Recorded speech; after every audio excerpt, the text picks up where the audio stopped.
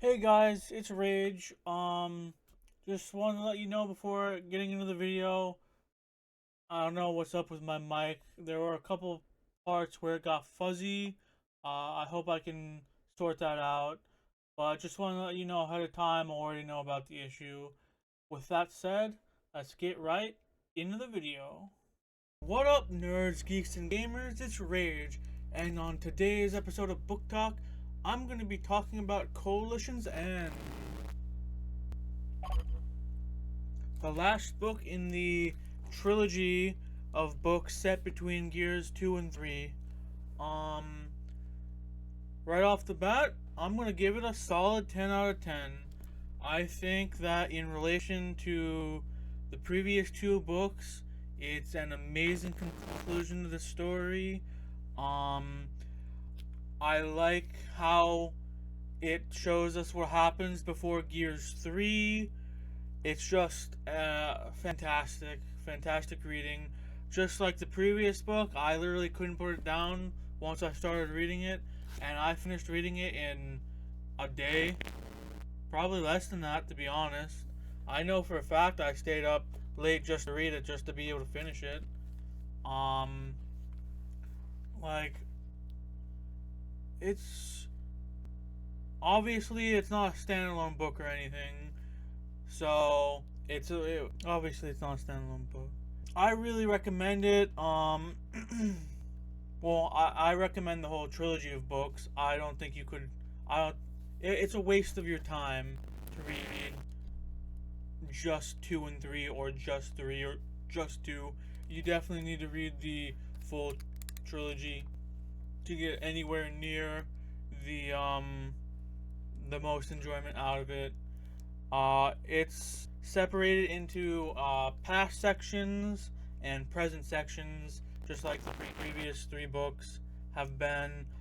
For this one, it's actually separated into two slash well, it's separated into three um, past sections. One section is for Dizzy, who is one of the gears that we see here and there in like the previous two books, but he's become more prominent in this trilogy as time goes on.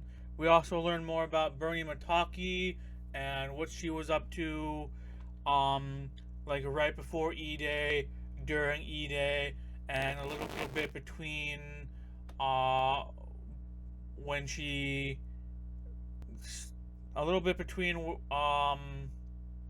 where she was originally and then when she ends up joining the coalition again in the first book of the trilogy. First book of the trilogy, I think, is when she shows up. No, she shows up in Aswa's Fields. I'm stupid. She shows up in Aswa's Fields. Um. So yeah, that's really cool. Um, and the last section of the past goes into Cole and Bard. Bard. I think I pronounced it Bard. It's pronounced Bard. I'm stupid. But of the three sections, I think Dizzy's was the most interesting. Uh, Cole's and Bard's is the second most interesting, and then Bernie's is the third most interesting. Um, Dizzy's story has to, spoilers by this point. Dizzy's story is about his life. All of them go from before E-Day, during E-Day, like right as it's happening, and then most of them have some sort of time skip of a few months into E-Day. For Dizzy, we learn more about his life as before he joined the Gears. He was actually just a regular guy in the Merchant Navy, and then during E-Day he tries to make it home to his wife and isn't able to.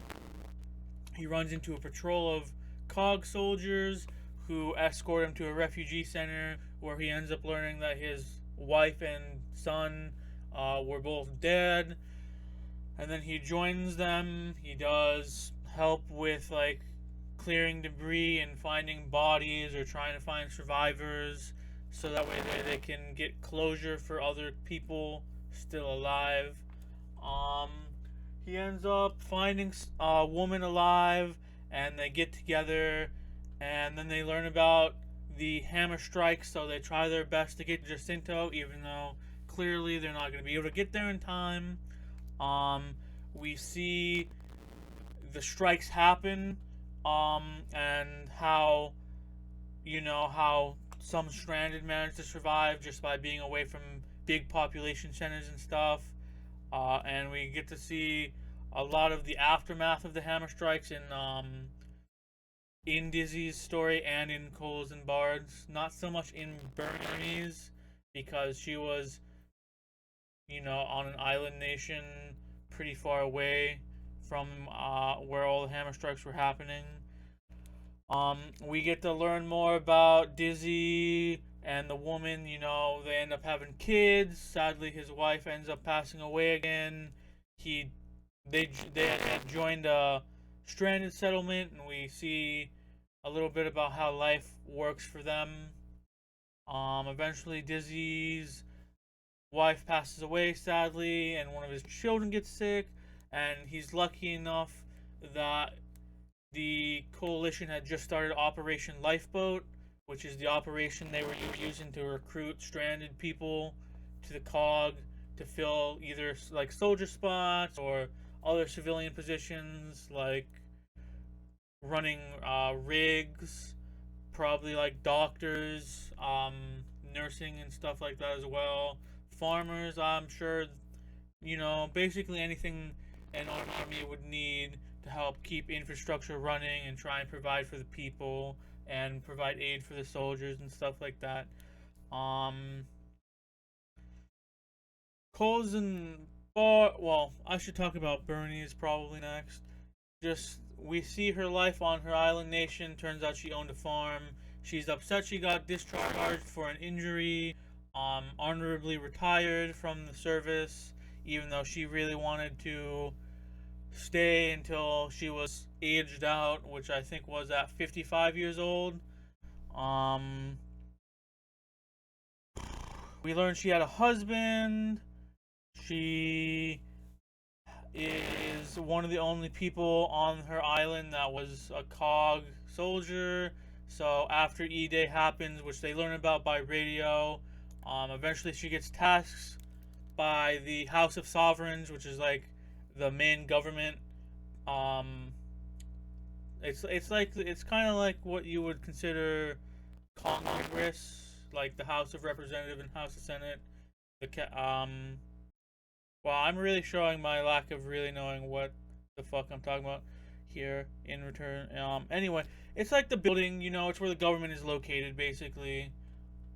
So she gets tasked with heading up a defense force, a militia, and she does that for a while, but she gets bored and annoyed, and she really just wants to get back together with the COG. She feels like what she's doing isn't mattering.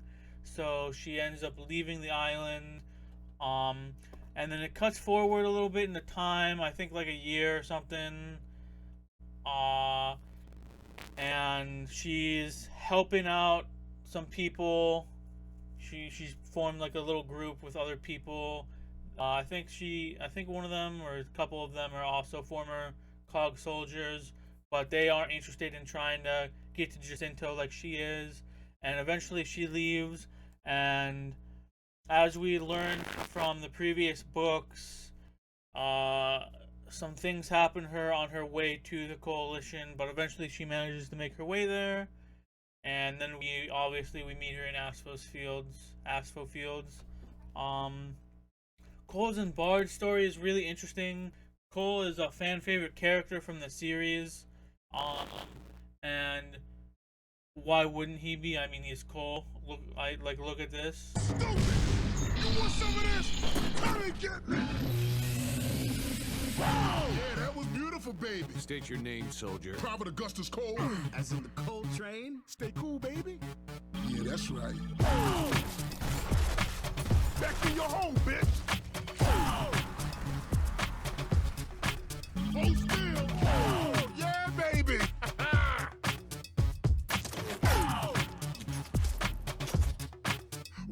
ladies. Bring it on, sucker. This my kind of shit. Bring it on, sucker. This my kind of shit. Just a little time out. Yeah, I'm back in the game. Who loves you, baby? Scratch. Damn! Stand up. Fall down. Stand up. Yes, sir. Fall down. To the left. Doing good, baby. To the right. To the left. To the right. What's up, ladies? Gonna freak you on. Yeah, I don't know. That sounds like a bad idea. Stay cool, baby. Man, that was nasty.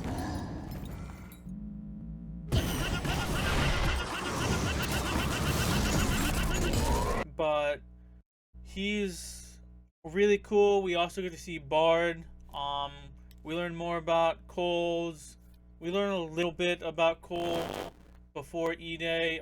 We learn more about his thrashball playing and how he's always been like a gentle giant, charismatic, larger than life kind of guy. And then E-Day happens, and sadly his parents were in like one of the first locations hit by the locusts. So he ends up joining the military after realizing there's no way he can go and save his parents and that they have probably passed away. So we learn more about that, and we learn a little bit about why he is the way he is, like how he keeps up a front, because if everyone around him is miserable, then he needs to be the jolly guy, so that way other people around him can take heart. You know, he increases morale. He's generally a good guy. He puts on a front to not be scared or anything like that, even though he clearly is. He's a larger than life character, but just like every larger than life character in real life, he's human. So we learn more about him as a person, which I think was amazing. I mean, he's Cole. He's Cole. Like, he's just a cool person. He's awesome. I freaking love Cole. He's definitely one of my favorite characters, and I think he's the favorite character for many people. So that's neat. And then Bard, we learn how they met, and you know, Cole and Bard are part of the same squad before they joined Delta.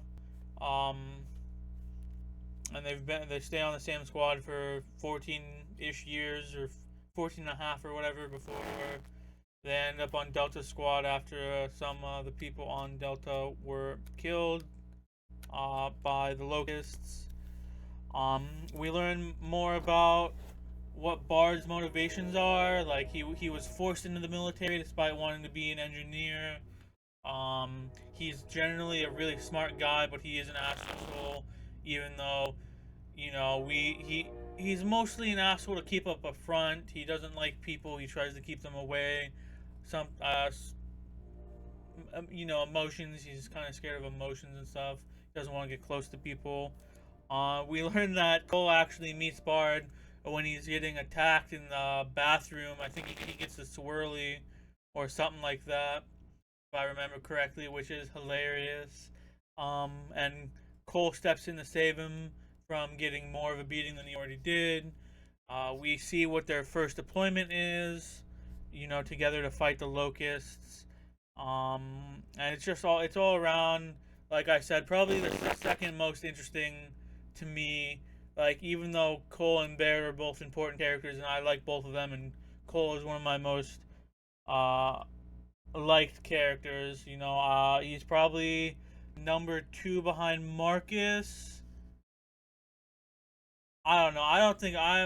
I might have to do a tier list. Let me know in the comments below if you want to see a tier list of my favorite Gears characters, because I'd sure love to try and place them, even though I think it would be hard. But in terms of developing the world and seeing more of an outside perspective, I still think I like Dizzy's story more, simply because it was something we haven't really seen before.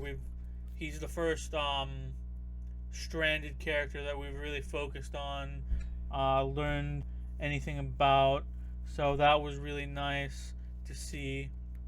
Now, as for the present section, things are getting real dicey, really, really dicey for the coalition on Vectis Island. It is not going well.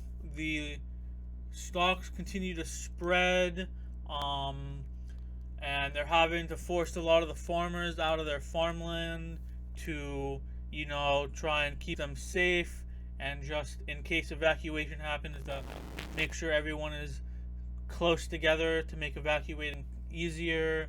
Um, there's a lot going on, man. Range for the Ring of Death that the stocks are releasing, but yeah, it's just not going well. So they obviously are evacuating people um, towards Pelruin and New Jacinto and the Groznian camp. And back at base, they're having a lot of discussion as to what to do, because the stocks are continuing to come closer and closer. Hoffman and Tresque and Michelson, Prescott are all, trying to decide the next course of action, and it finally comes to a head where there's kind of like a vote of no confidence between Prescott and the Triumvirate, where he tells Hoffman that in the future he's going to make a very hard decision, and he wants to know if Hoffman will trust him and join him in making that decision. And Hoffman says no. And at that point, Prescott realizes he's messed up, and there's really nothing he can do to try and fix this rift. And it's really hot. Like, even though he's the chairman, if he doesn't have the trust of Hoffman, Michelson, and Tresque, there's nothing he can do. So he decides to step down as chairman and kind of elevates Hoffman, even though there's no real election, and Hoffman doesn't really want to ascend to that level. So they just carry on. The stocks eventually do end up reaching Pelruin and New Jacinto, and they have to leave, and they do end up evacuating.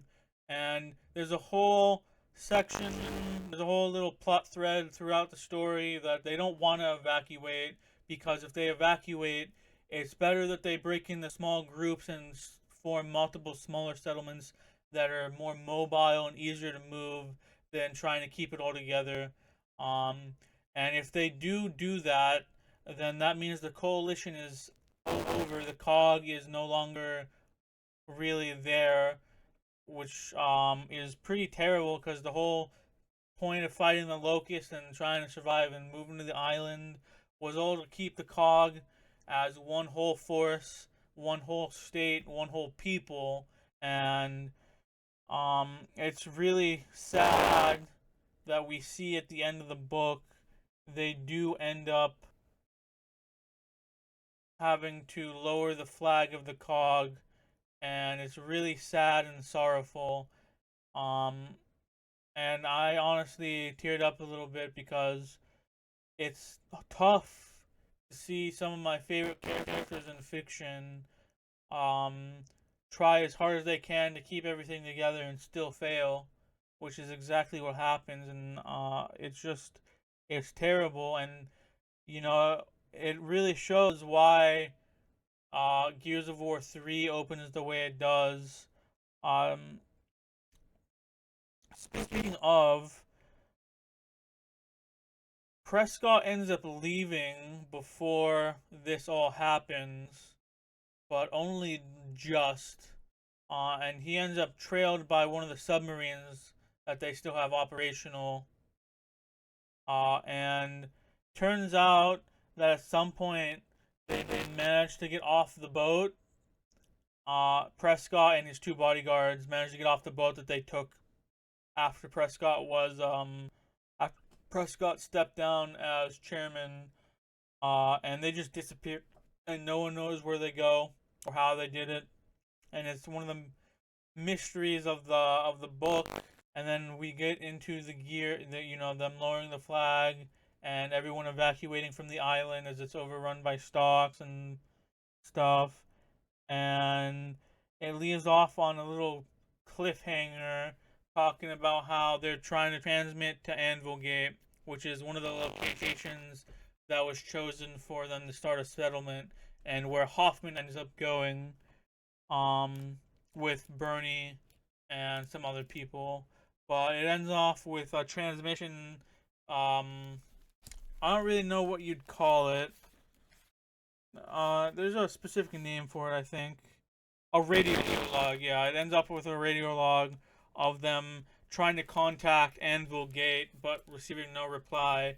And then, Gears of War 3 happens, and a lot of things are explained there. But like I said, just an absolutely incredible book, a 10 out of 10. Like, I'm not joking. If you read the trilogy, each one legitimately gets better. Like, they build on each other so well. Coalition's End was a really satisfying, if sad, payoff to the previous two books, and I think I think the whole trilogy really connects Gears 2 and 3 really, really well.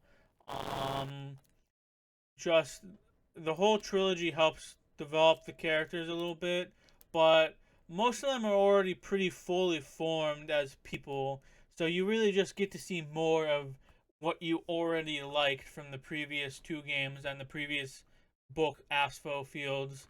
Um, just like the last three, I know I'm kind of a broken record on this, which is gonna change, I think, with the next two books I talk about. Um, but pretty just phenomenal. It's a phenomenal book. I can't recommend the trilogy enough. It's more of what you love from Gears of War. Each book is better than the last. I couldn't stop reading. I finished these three books in, I think, like four days combined, maybe. I set a pretty grueling uh pace for reading these, which says a lot. I'm not gonna lie and pretend like I read a lot of bad books. Typically, most of the books I can think of that I read are sixes or above. So I don't even normally read like just okay books, which I think speaks for the quality of books that I managed to pick to read that sound interesting to me.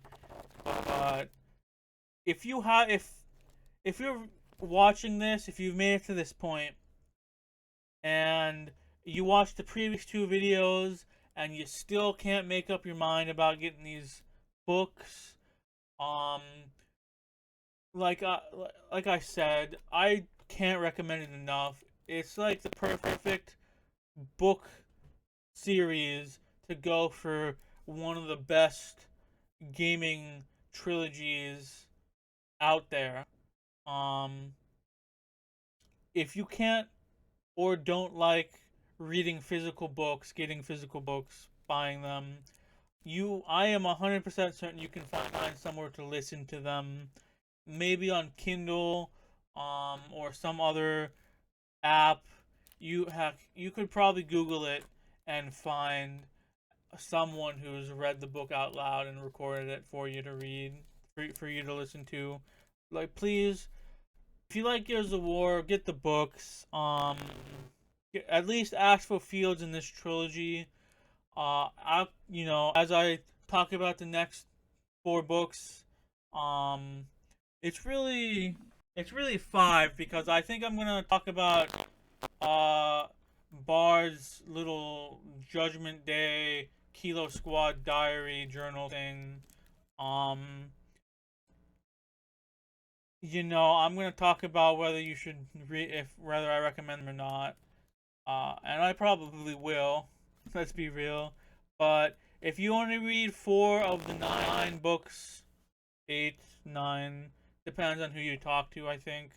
Um, I'd recommend Astral Fields and then this trilogy. I've read 6 of the 9 or 6 of the 8, depending on who you ask. And I think that the first 4 are better. And obviously the trilogy is the best of the 4. So you don't really need to read Axel Fields if you don't want to. So you can just pick up the trilogy, even though I think Axel Fields is, it's where it introduces Bernie, so it would make sense to start there if you want the most out of it. But please just read these books. I beg you, pretty please. Pretty please. So yeah. And if you've made it this way, if you made it all this way in the video, I'm gonna do what every YouTuber does, even though I feel a little awkward asking. Could you please like, subscribe, and hit the bell notification? It would mean a lot to me. It would actually mean a ton to me.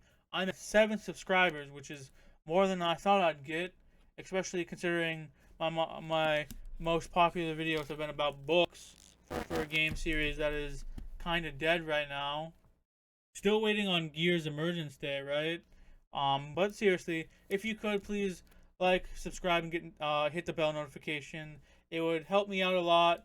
I'd really appreciate it, and you'd get notified when I stream or do videos. There's also a link to my Discord in the description, so you can join that too. Same thing as, liking, subscribing, hitting the bell notification, but we can interact more. I think I need to add an ideas section, but I'd love to hear more ideas, different books you guys want me to read and review, or series. Like currently, obviously, I'm just doing this Gears of War book series, but I'd also love to talk about light novels and manga. I'm a big anime nerd. I have a couple light novel and manga series that I'd love to talk about. They're probably going to be less detailed overall, considering just how many there are. Especially even in just like one series. But games too, like I still need to finish Rogue Trader, but I just really appreciate if you'd do all those things. And if you don't, write in the comment description of what you think I can do better. I'd really appreciate it. And I hope you have a good rest of your day.